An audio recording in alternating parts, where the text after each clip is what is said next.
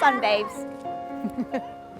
So what I was saying was I didn't have the kind of education that I see my girls getting. And so particularly when I met the older pupils who had been through the education and the confidence that they have, the sense of themselves as a human being, it's just amazing.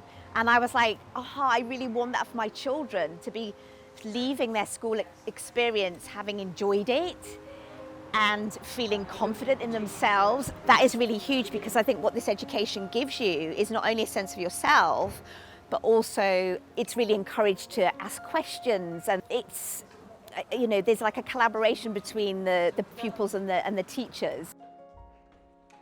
In our model of education, the pupils in the lower school from the ages of about 6.5 to 14 stay with the same teacher for ideally the full 8 years of their lower school experience, and that builds an enormous sense of trust and respect between pupils and teacher.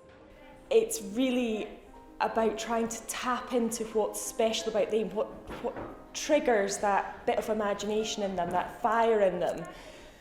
So I try to do that in all my lessons, and with children coming from mainstream school, often they move this way when they feel like that fire has been put out, like it's been smothered.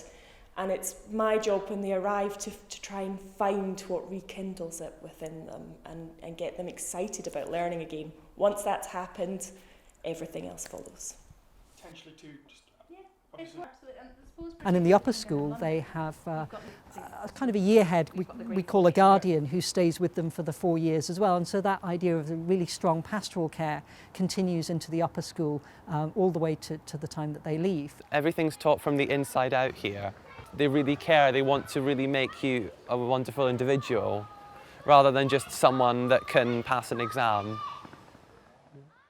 The individual child and young person is recognised in so many aspects of our curriculum.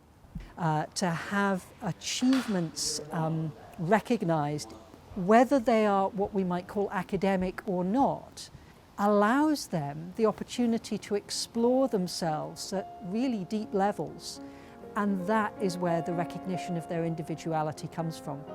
And from that, they, as individuals, gather that they matter.